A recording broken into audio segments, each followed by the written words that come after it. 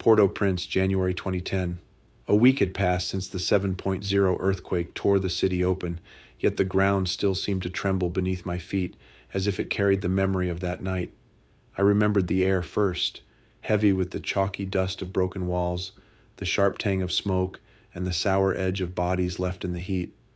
Even years later, when I closed my eyes, I could still taste it on my tongue. The schoolyard had turned into a ward. Concrete blocks lay scattered like children's toys, desks and blackboards were half buried in rubble, and the cries of the injured rose beneath sagging tarps strung up for shade. The noon light beat down without mercy, turning every metal frame into a burning edge.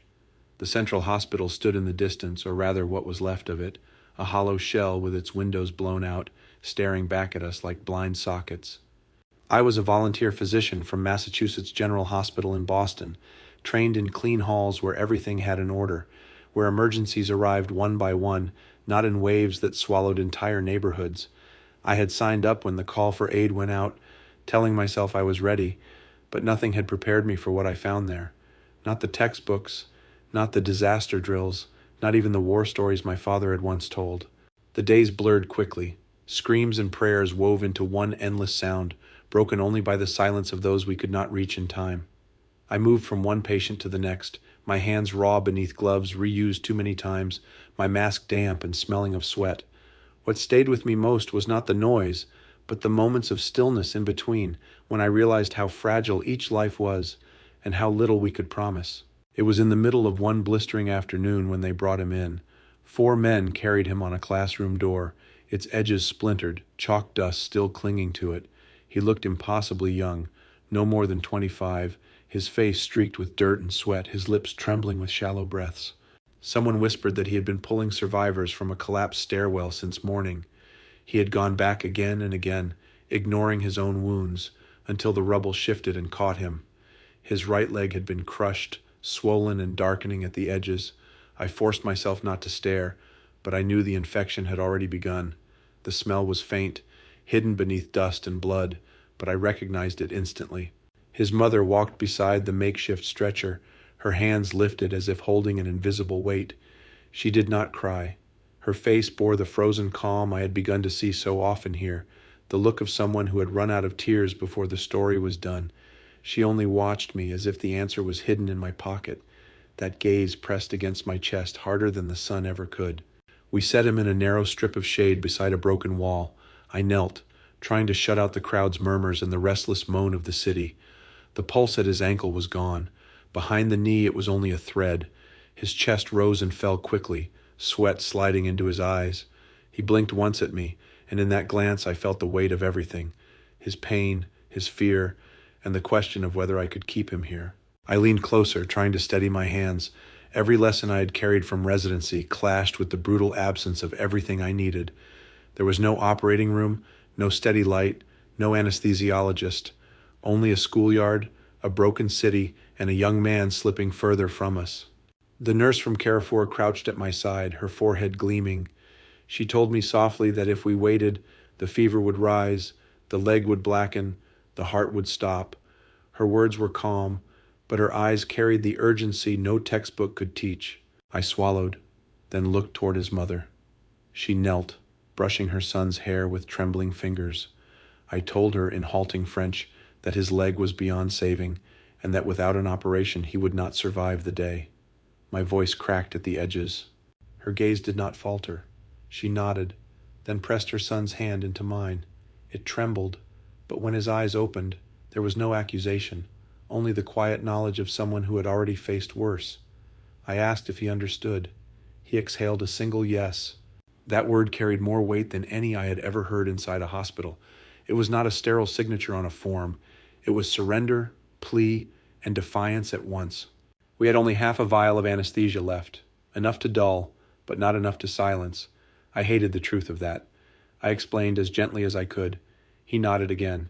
His mother closed her eyes as if lending him her strength. Neighbors gathered around us. Some wept, hands pressed together in prayer. Others stood stiff, their faces carved with the same question in my chest. Was it right to cut in order to save, to take in order to give? I remembered my father's words about war, words I had never understood until then. Sometimes the choice was only to act and carry the scar, or refuse and carry the loss. The nurse touched my shoulder. The supplies were ready: a pot of boiled water, strips of clean cloth, the sharpest blade left. I drew a long breath. The decision had been made when they carried him in. Now it was only a matter of living with it. His mother bent close, whispering into his ear. His chest heaved, but when his gaze returned to me, I saw resolve. He had spent the morning saving strangers. Now he asked me to save him. I reached for the blade. The shade was shrinking. The city groaned and went quiet again. My pulse thundered in my ears. I told him we would begin. He closed his eyes. We turned the broken classroom door into a table. A neighbor laid a clean sheet over it, and a volunteer poured boiled water into a dented metal bowl. The nurse from Carrefour lined up what little we had: a pair of forceps, rolls of cloth torn from shirts, and the sharpest blade still left in our kit. Overhead, the tarp shifted in the hot breeze, throwing jagged shadows across the ground. The patient lay there, his chest rising quickly, his lips moving as if whispering prayers I could not hear. His mother knelt beside him, her hands pressed against her own chest now, as though she could hold his heart steady from outside. Around us, a circle of neighbors gathered, silent except for the soft hum of someone reciting a psalm. I leaned close and told him we would give what anesthesia we had, though it would not carry him all the way under. He nodded once, and his eyes locked on mine. I had never seen such courage in a glance. The nurse slipped the needle into his vein, her hand practiced, calm. We waited. His body loosened a little, his breath slowed, but the clarity in his eyes remained. The sun beat down without mercy, but the shadows beneath the tarp fell unevenly, cutting across his body in harsh angles. A neighbor shifted the canvas, propping a plank to block the glare. For a moment the shade settled more evenly. It was not perfect, but it was enough. Sweat ran down my face, stinging my eyes.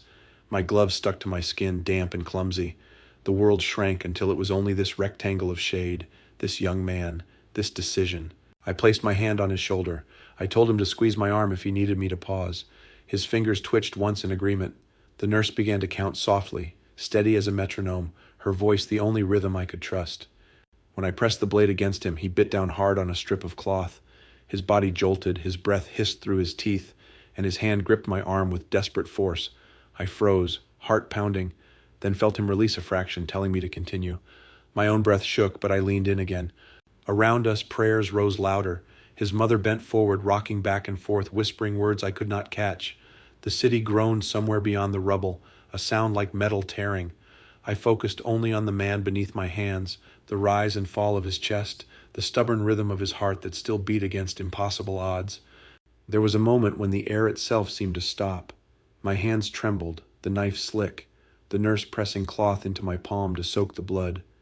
My vision blurred with sweat, and for an instant I feared I would lose him right there in the dirt. Then I heard it, the faint, steady beat of his heart refusing to surrender. The nurse's voice cut through the haze. "His pulse is holding," she said, her words quiet but fierce. I nodded, though my mouth was too dry to answer. Around us, the crowd seemed to hold its breath. I worked until my arms ached, until my back screamed, until my hands no longer felt like mine. And then, at last, the impossible was done. The bleeding slowed, the cloths held firm, and the young man still drew breath. His chest lifted, faltered, then lifted again. It was enough. I set the blade down and looked at my hands. They shook violently, stained and trembling, as if they no longer belonged to me. For a moment the world tilted, and I had to steady myself against the plank. I could hear only the ragged sound of my own breathing, the echo of the prayers still rising around us. The nurse touched my shoulder. "It is finished," she said. And when I looked at her eyes, I saw the same mix of exhaustion and awe that I felt in my own chest. We had done what none of us had believed possible. I stepped back, the crowd parting to let me through. The mother clutched her son's hand, pressing it to her forehead, tears streaming at last. The neighbors bowed their heads, murmuring thanks that seemed to rise toward the merciless son. I turned away, again staring at my hands. They would not stop shaking. I wondered if they ever would. By late afternoon, the air had grown heavy and metallic, as if the city itself was too tired to breathe. The cries around the schoolyard softened into hoarse murmurs, and the shadows stretched long across the broken ground. I sat back against a cracked wall, my arms aching, my hands still trembling even though the work was finished. The young man lay under a canvas sheet not far from me. His chest rose shallow but steady, the bandages already stained, his face pale as clay. His mother sat at his side, rocking gently, whispering into his ear, though he was unconscious. A little boy, maybe his nephew, clung to the mother's sleeve and stared at the bundle of cloth that wrapped what was no longer a leg. When the sunlight fell across his face, I caught a glimpse of his youth, almost startling in its innocence. He could have been a student, a mechanic, a brother carrying groceries down a street that no longer existed. Now he was here, alive but broken, caught in a story he had never chosen. I closed my eyes and thought of my father. He had been drafted into a war decades before, long before I was born. He lost a leg to a landmine, and I grew up watching the way he moved through life with a cane and a quiet strength. Once, when I was a teenager, he told me that survival always came at a price, and that the hardest part was learning to live with what remained. At the time, I had nodded without understanding. Here, now, with the smell of dust and disinfectant clinging to me, I finally did. A young doctor who had traveled with our team sat beside me, his face drawn from exhaustion. He looked at the boy on the cot and shook his head. His voice was low, almost ashamed. "We saved them," he said, "but for what? He will never walk again. He will not have therapy or prosthetics. What kind of life have we given him?" I had no answer. His words echoed the doubt already gnawing inside me. In Boston, we measured recovery in milestones, in physical therapy sessions, in the promise of prosthetics fitted in sterile clinics. Here, recovery meant only one thing, that the chest still rose and fell when the night came. The nurse from Carrefour was kneeling nearby, rinsing cloths in a basin of boiled water. She heard us, and when she lifted her head, her eyes caught mine. Her voice was steady, simple. "Here," she said, "survival itself is a miracle." Her words cut deeper than anything else I had heard that day. They were not optimistic, not naive. They carried the weight of someone who had watched entire families vanish, who understood that to be alive, even in fragments, was to be given another chance to love, to grieve, to belong. I looked again at the boy, at his mother's bent shoulders, at the child gripping her sleeve, and I thought of my father's cane, the way he still laughed, the way he still lived. I did not answer the young doctor. There was nothing to say.